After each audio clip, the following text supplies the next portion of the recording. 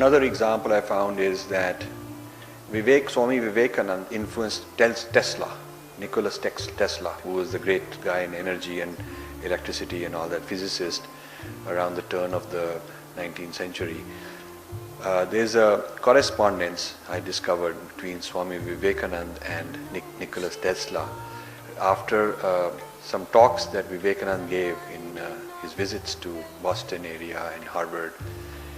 Tesla was in the audience, and in one place Swami Vivekananda says that energy and matter are really the same thing and they're interchangeable. And Tesla does not agree with that, because at that time the physics of matter is well defined and the physics of energy is separate.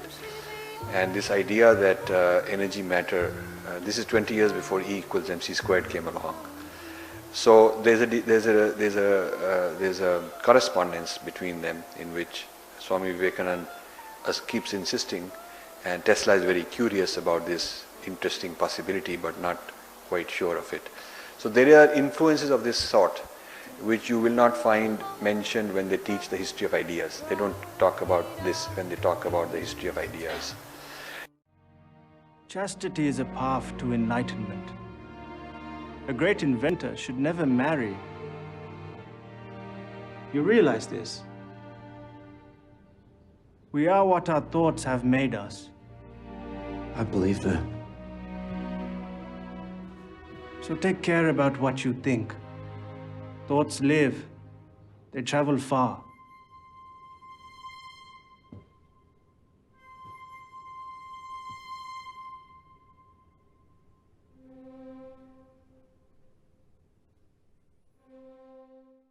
Nikola Tesla saw many of his inventions scrutinized, then adopted by the military.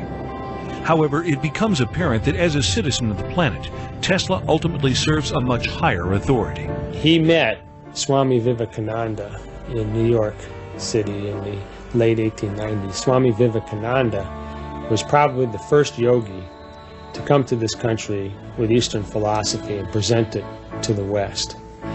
It was at Swami Vivekananda's lectures that Tesla picked up the Sanskrit terminology, prana, akasha, and the concepts of the ether that led him to determine, or actually led him to a point where he could describe succinctly the physics of the universe, the physics of matter creation in this dimension.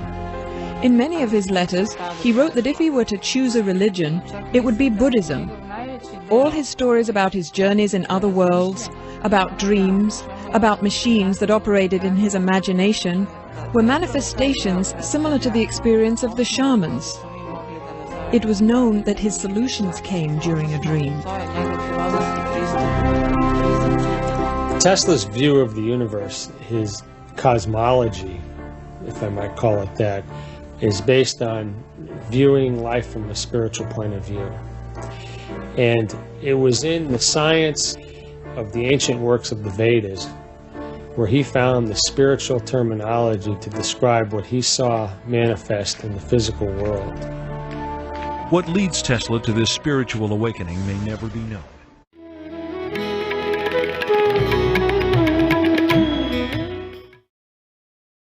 One of the personality came across while he was in USA is Tesla, Nikola Tesla. You heard the name. Now people don't recognize what a powerful physicist he was. Some of the ideas he kind of generate, like this alternate current that is so popular, the way world works on alternate current, came from Nikola Tesla. But somebody else immediately pinched. This is America. He's from Europe, East Europe. They ignored him. And this is like he met Vivekananda. At that time, again, this is well recorded. Tesla said, I am very close to discovering how energy and matter are strongly intertwined. And I can show you the mathematics of it. And then that was the story, end of the story, because they never managed to meet again. When I read this in the book, I said, this is fantastic. Here is Tesla talking of Einstein's theory of E is equal to mc squared before Einstein, roughly 8 years before Einstein. And this Vivekananda immediately grabbed it and said, yes, it makes sense. This is how we can explain. He said, look, think about it. How do you define matter? Matter is something that can be moved by energy. How do you define energy? Energy is that which moves matter. So they're kind of they're defining each other. He says, so it is understandable that energy and matter can be intertwined, can be kind of interrelated. You must be able to convert energy into matter and matter. This was Tesla, and Vivekananda immediately caught on to the key feature. And this is what we discover in special theory of relativity. Another thing I noticed about Vivekananda's lecture, this was again given in London in 1896. The lecture is called Absolute and Manifestation. And I was studying physics, I was doing cosmology in physics, and here I read Vivekananda's lecture. He said, 3 things unfold for creation to come into being. Oh, 3 things, we thought there were all these elements. He says space, time, and causation. Desh, Kar, and Nimit. When the unfold, creation comes into being. I was studying cosmology and Big Bang Theory. I said, wait, see how I'm charmed, how I'm completely caught up. So what I learned in physics, this guy kind of affirms it using much more ancient way of finding this information through intuition, not through telescopes. So that's immediately caught my attention. So this second aspect of Vivekananda is something that I immediately kind of could relate to.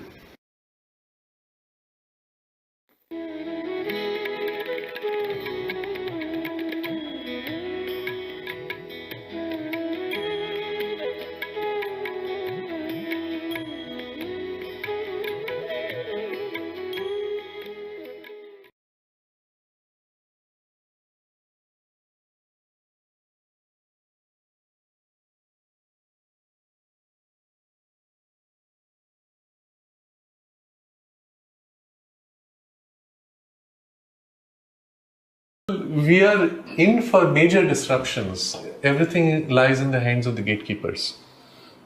How soon will they allow it?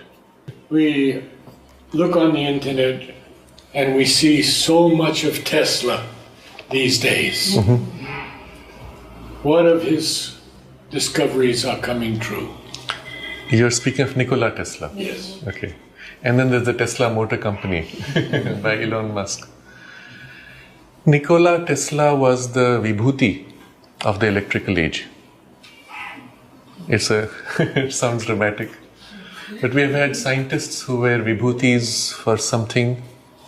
Leonardo da Vinci was a vibhuti for, I think Sri Aurobindo put it this way, the whole of modern Europe and the development of modern Europe and the mind of modern Europe had to be embodied in one person before it could eventually become the collective reality. It had to be embodied in one person. So he did everything which subsequently became specialized sciences, and the mindset with which he approached things had to be embodied in him and then imprinted into the collective. So just as we have vibhutis and we normally recognize them more for their spiritual interventions or their military interventions, like Shivaji was a vibhuti which saved India from otherwise what would have been complete destruction in darkness. You have Joan of Arc in France, who came for that intervention to protect France for the work she had to do subsequently, and so on.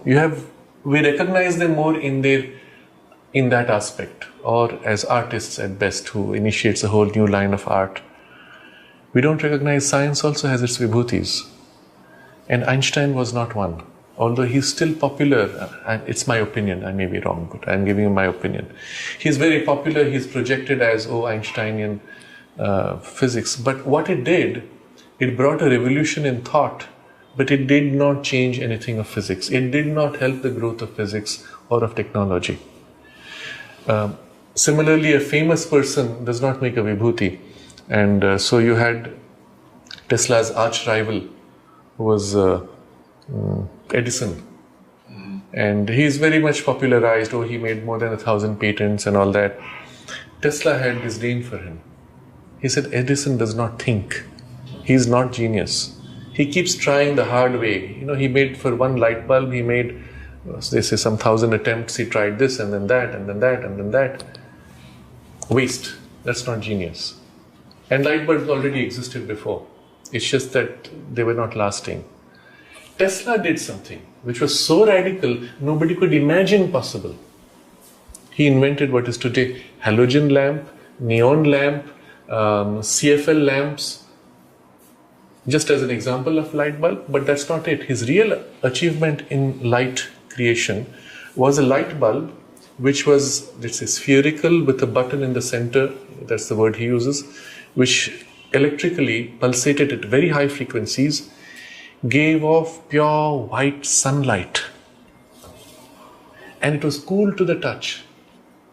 Now, you may say it is the closest to current tube lights or CFL bulbs or neons, but it was way beyond.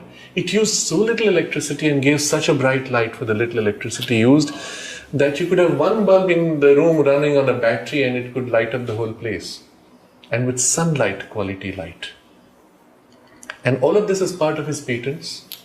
He demonstrated it at that time. And you have to ask, why is it that these were not turned into actual technologies? Instead, Edison's filament bulb, which fuses every so many months, became the norm. That is your gatekeepers, who held back, who suppressed the real forward march. And what Tesla did was he initiated on Earth the electrical age.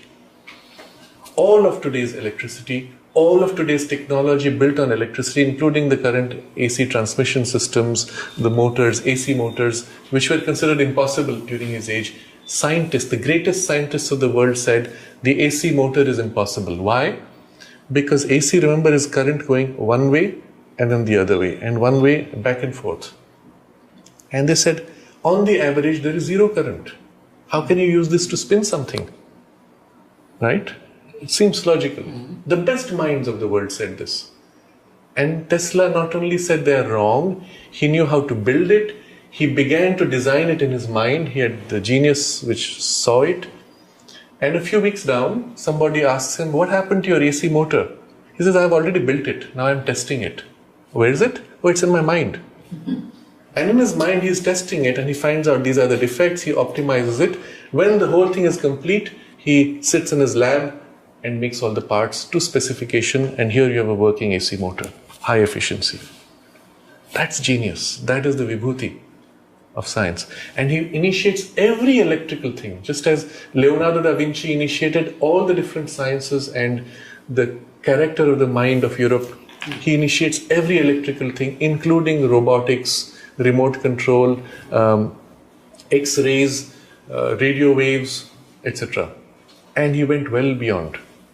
Like I said, with the bulb alone, but he had other things, and one of them had to do with transmission of energy, transmission through radio waves of sound, of images, television.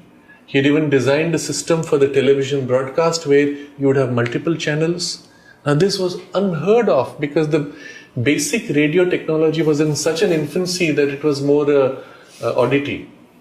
And he's already designed multiple channels for transmission through a single broadcaster. And you know, when they first made radio wave transmitters, it had a distance after which it fades out.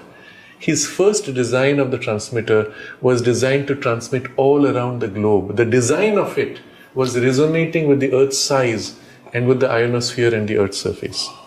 The very first one, it's like his perfect machine. He designed it and pop, he manifests it. So there's something so extraordinary in the work he was doing. And then there are experiments he was doing whose true nature we still don't know.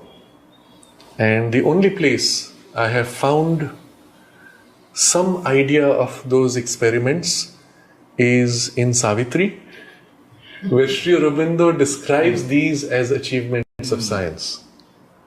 So there's one line where Sri Aurobindo has I think the Rajasic ego say, I have made water harder than steel. Yes.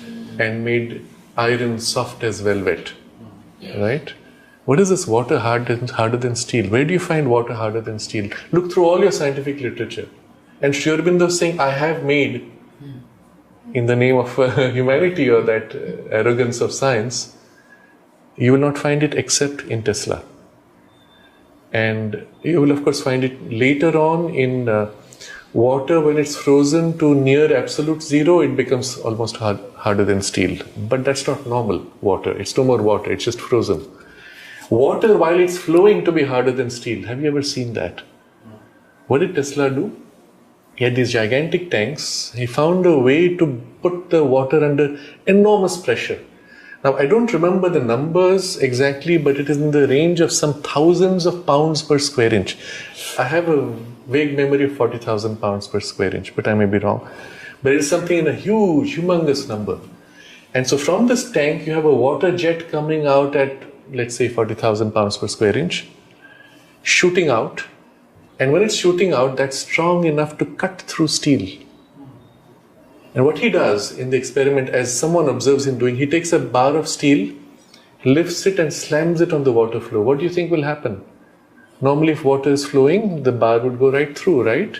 Here it bangs and bounces off, as if it's hit steel. And yet it's flowing liquid water. Now imagine what that means. What is he doing with this? Of course, the technology subsequently is used even today for cutting steel plates. So there are industries where they cut with laser, but there are industries where they cut with water jets at high pressure. And there are benefits to both. But he was not using it for cutting, he was doing something else with it. We have other experiments which he did, which were built on the concept of resonance. He called it his earthquake machine. So in the middle of New York City, he sets up his device on a tall building, and it starts oscillating the central pillar of the building with knocks, and builds up the pulsations until the entire building starts shaking, and the ground in that area starts shaking, and there's a mini earthquake that takes place, and the police come rushing looking for the source of this, and they find Tesla takes a hammer and breaks his machine because he doesn't have enough time to shut it down, or he can't shut it down, so he breaks it with a hammer, and he's happily exclaiming, I did it, I did it. What did he do? With pure air pressure, the compressed air, the kind which you fill your bicycle tires with or car tires with. With that now, he has a hammer pulsating. How much energy does it take? Practically nothing, right? You could do it with your hand.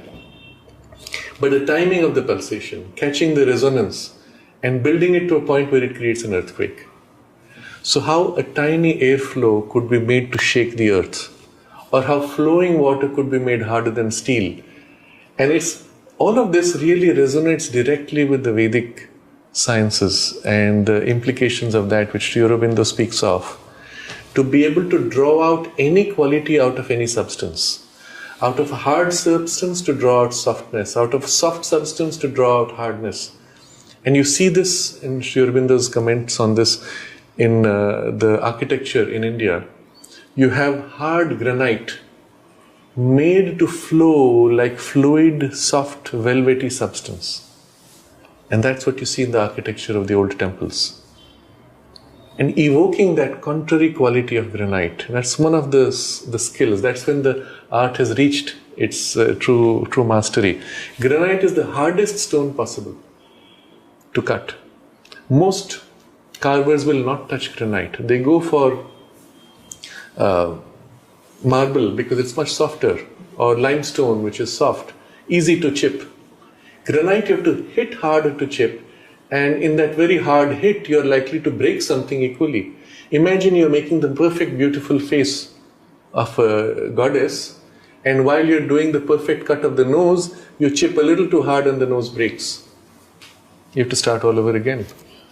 You make a fine eyebrow one side, and you try to make an exact mirror on the other side. It can't be not a mirror image. You chip a little bit and the whole thing is waste. And you have to start all over again with something which is the hardest material. And interestingly, precisely because it is hard, you can make the finest curves, the finest lines, the most subtle lines on it. The soft material cannot make those subtleties. It can only flow on the surface, but not a line which is subtle. So it's as if in the very nature of the resistance of that material is a potential for the extreme of softness and artistry and subtlety. And to be able to capture that and draw it out as if from the material, that's the real art.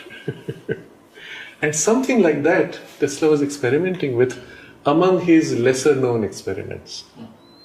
Bulk of it, of course, he focused on electricity, and in his later years, with his transmitting tower, he wanted to broadcast power, not just television and radio, but power, so that, he said, anybody sitting anywhere on earth can plug in, not into your local electrical plug, but into the aerial, and draw electricity to light up instruments anywhere on earth from his single transmitter.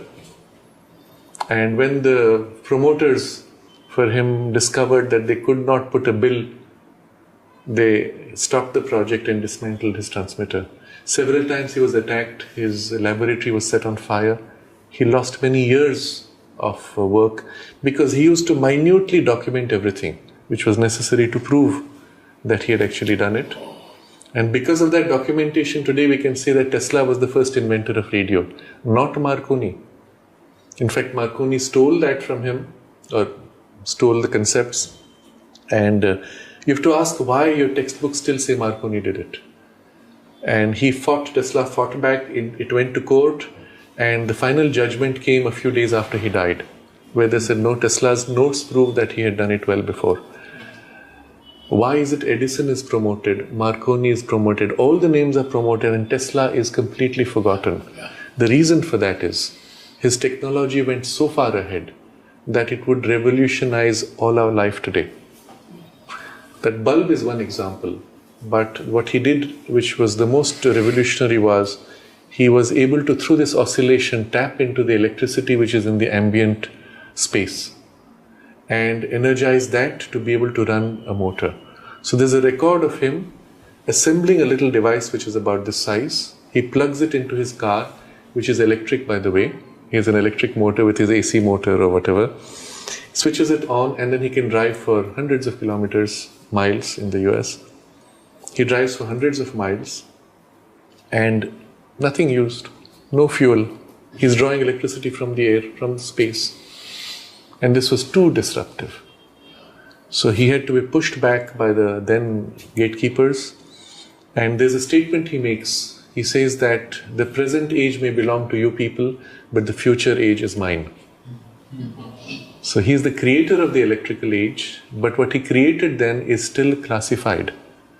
When he died, so every year before he died, on his birthday, interestingly, he would hold a press conference and he would describe all the current discoveries he's made and his inventions. And in the last few years, he was describing how he had created a device, he called it the death ray. He could beam a high voltage pulsation which would go like a pencil thin beam at a distance of 200 miles and knock out any aircraft or missile potentially. Simply cut right through like a laser and knock it out. And he describes the technologies, the components which make for this, and he says, I have done it. But you do not find the evidence. It's as if all that has been buried. He has the patents which are in public and a whole host of patents which are still classified. So when he died, the US government seized 14 crates of his papers, of which 10 crates were sorted and sent. He was a US citizen, but it was the Office of Alien Properties that took over his crates and sent it to his family out of the US in Croatia. And they kept 4 crates of documents which are classified. And I believe in 2004 or 5, somebody applied for declassifying those documents under Freedom of Information Act. It was the US Air Force that responded saying, this is still classified. Now he died in 1944, I believe, right? Something like that. Yeah. And you have to wonder what from 1944, 60 years later, the US Air Force considers worthy of classification, because if it goes into the hands of the enemy, they might take advantage of it. Now, what is it that 60 years ago was invented that even today you do not want the enemy to know about, which obviously you have used in your super secret programs? And a hint of this we get. One was, of course, the energy that he was able to draw. A hint of this we get in some patents which describe flying devices and some of the experiments which he did with these death rays and high voltage electricity. And we don't know the full scope of what he was able to do. How do the gatekeepers correlate with the deep state? Well, they are the ones who form the deep state. They are the ones who hold back technology, direct funds to suit their interests, prevent common man from becoming independent, so that humanity may be always dependent, enslaved, and so on. So they have also become gatekeepers of knowledge. And that's why I gave this example. Why is it that Tesla's, all his inventions are still kept buried, and the importance of who he was is hidden. Because if people know that he did all this, they will ask, well, where is all this? Why can't we do it? Why can't we replicate? And all the descriptions are there in the patents. And in one of the patents, he actually writes, remember Tesla, I've not spoken about Tesla much, so maybe I'll share a little more about him. He met Swami Vivekananda through Sarah Bernhardt. Oh. Why am I taking the name of Sarah Bernhardt? Well, she reincarnated as mother's granddaughter here. So there's an old connection of interested people. So Sarah Bernhardt is a French actress. She's in the United States. She's a devotee or admirer, at least, of Swami Vivekananda.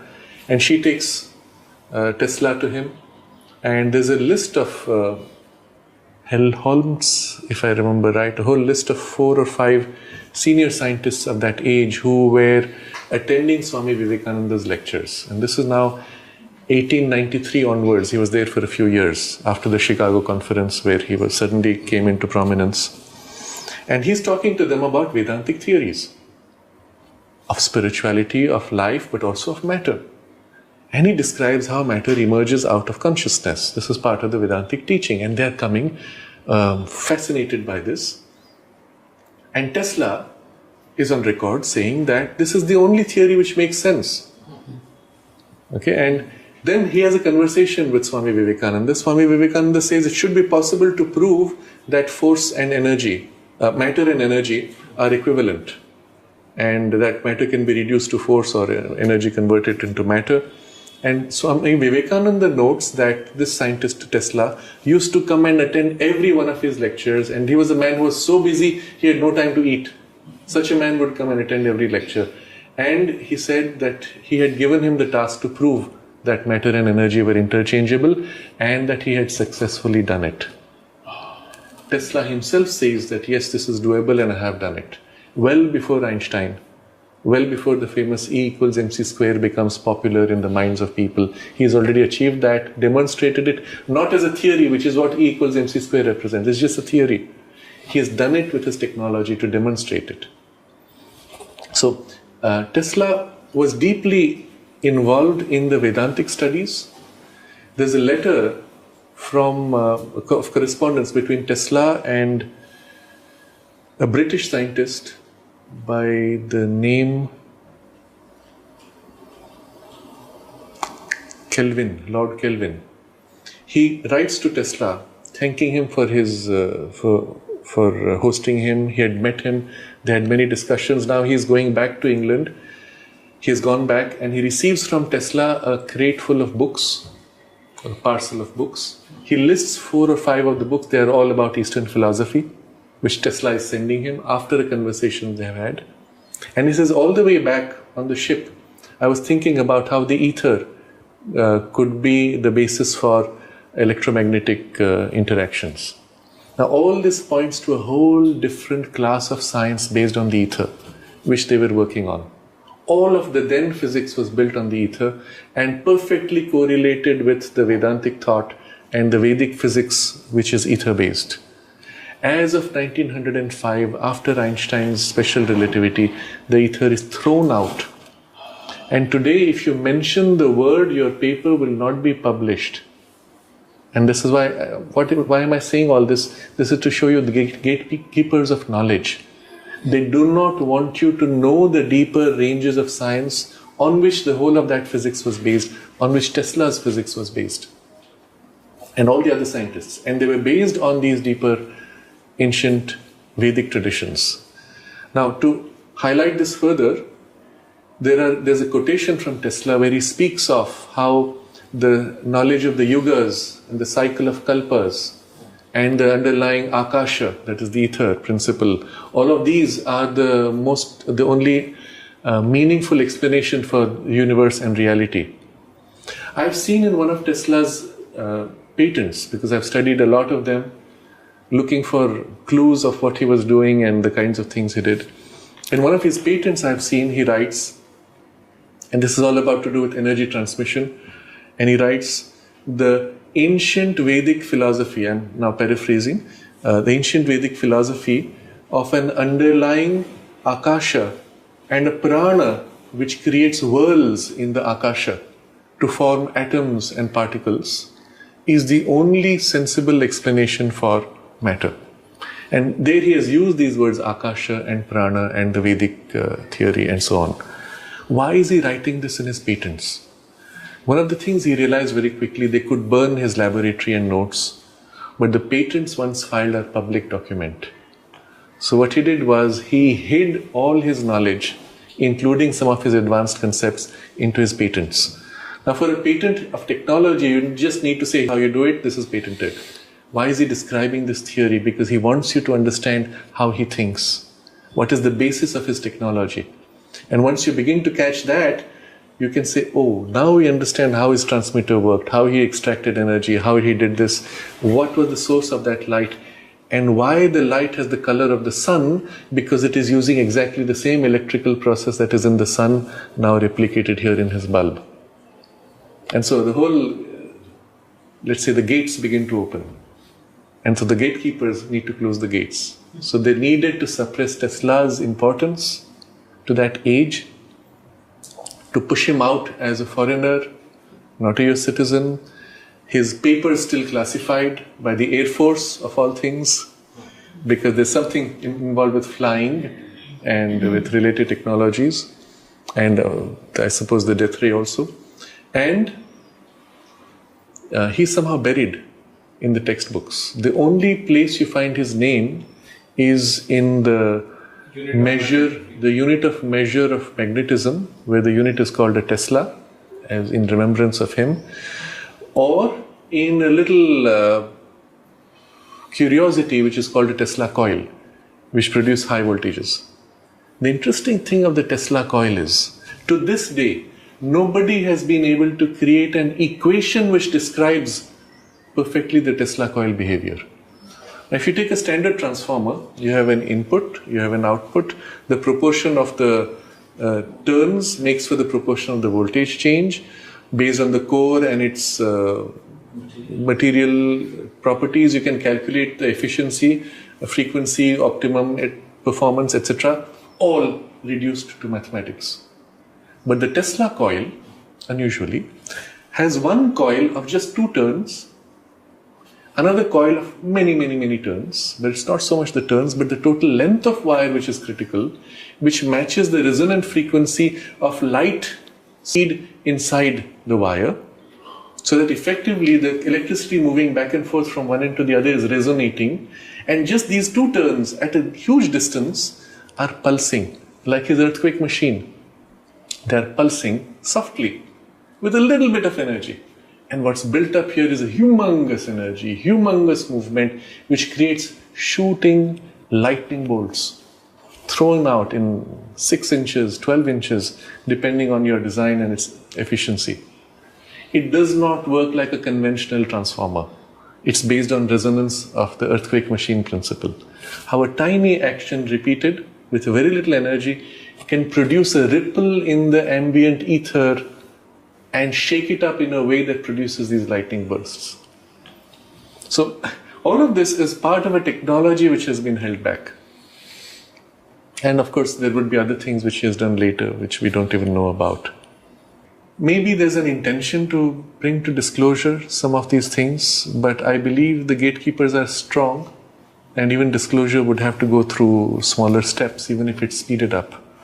One of the things you do see today, for example, which is heading to a disclosure, is the reality of life on other planets. In the last 3 years, a series of shifts in NASA's statements.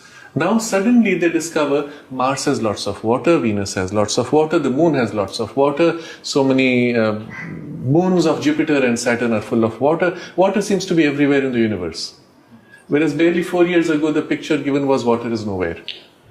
And now they say Mars has so much water, if you dig down barely 6 inches, you find water. So you can just dig down and drink water. It's that easy almost. And when they made that movie about someone going to Mars, it was like a dry desert that they had. We have had earlier a discussion about extraterrestrial life, and you might want to see some of that if you have not seen it. But the fact that suddenly there's this picture changing of water being available everywhere, new planets being discovered which are Earth-like, coming every few months in the newspaper. It's all as if preparing you to realize that, preparing you for the disclosure of life. It'll start with discovering bacteria on Mars, perhaps. And NASA's head, I don't know his designation, the president of NASA, whatever the head is, he made a statement a few months ago that we are on the threshold of discovery of life, but we are totally unprepared for it. Within 2 years, we will definitely find proof of life on Mars. He said it like that, as openly as you can get. And NASA is just launching, or has just launched, a spacecraft which will look for signs of life on the Martian surface. Whereas so far, all the crafts they sent for landing did not carry the necessary means for life measurement, intentionally perhaps. And the last one which went was sniffing out methane, and suddenly finds there are seasonal fluctuations of methane in the air, which only points to life. There's no other way that seasonally methane increases or drops, but it's very, very small, so we don't know where it comes from. That's the current explanation. So we're being prepared. So in spite of the big gatekeepers who would rather delay things and hold back technology, there are those who are slowly pushing forward, and one can hope that it will happen sooner rather than later. Is there any voice today promoting the future in technology? Yes, there are. There are plenty of voices. Unfortunately, though, the authorities are more deceptive, because the gatekeepers ensure that the authorities are the ones that they control. So they give you a picture which, as if, misdirects your attention. And the real visionaries are the ones who are not officially heads of the field, who are often treated as on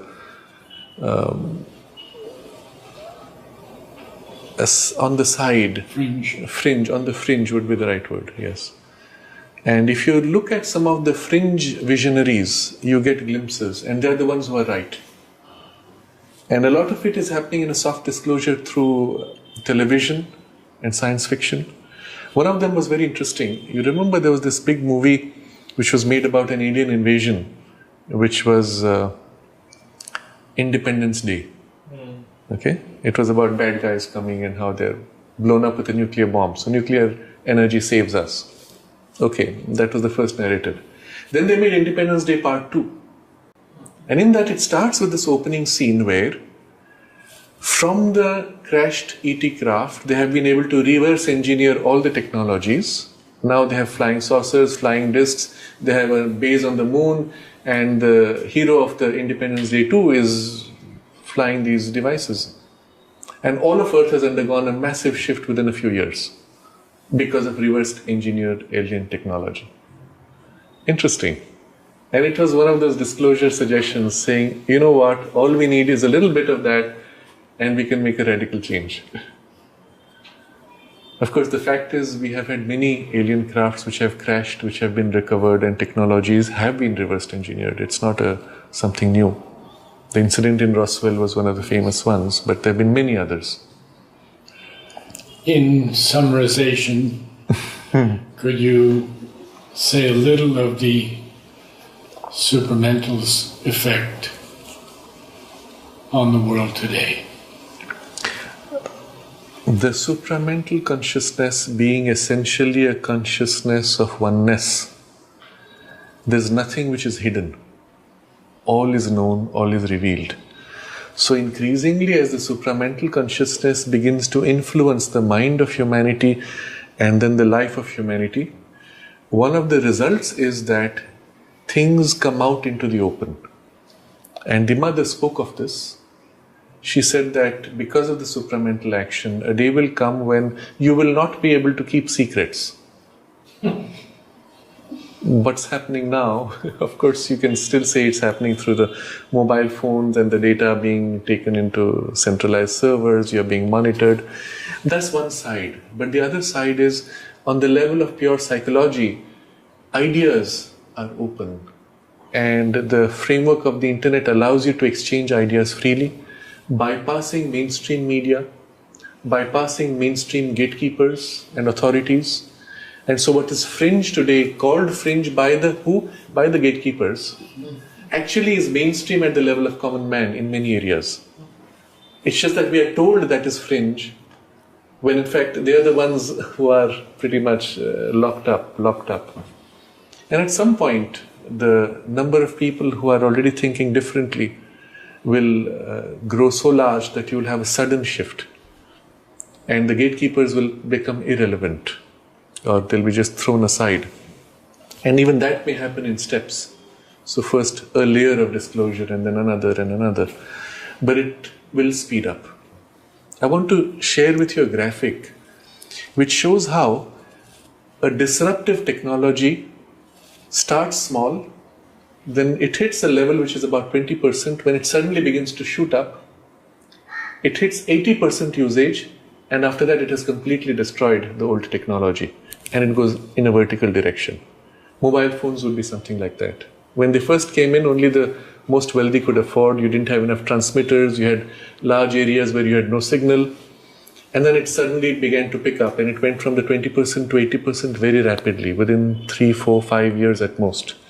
And then now it's like you can't live without a mobile phone. You must have one. It doesn't matter how powerful it is, you must have it. And then all the other things suddenly have been thrown out.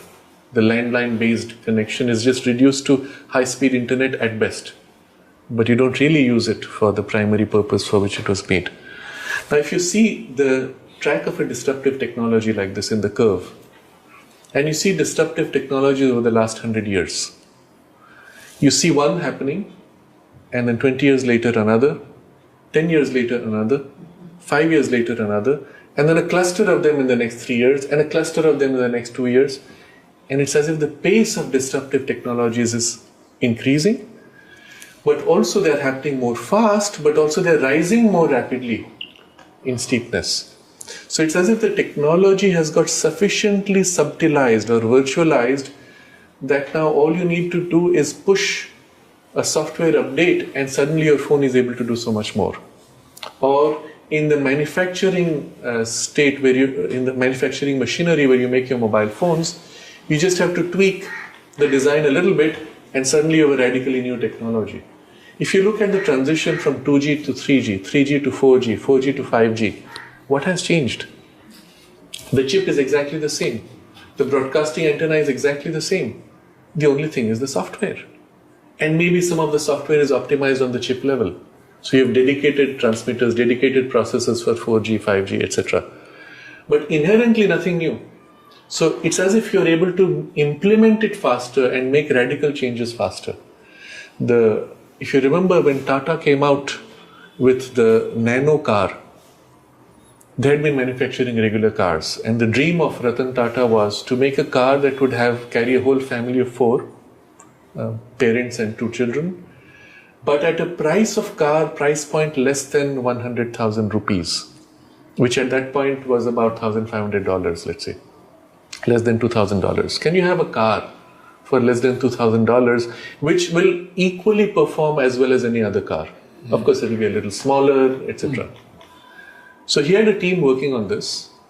The team made at least 30 patents of novel inventions. Now think about it. No one has tried this before. Do you think no one else could have done it?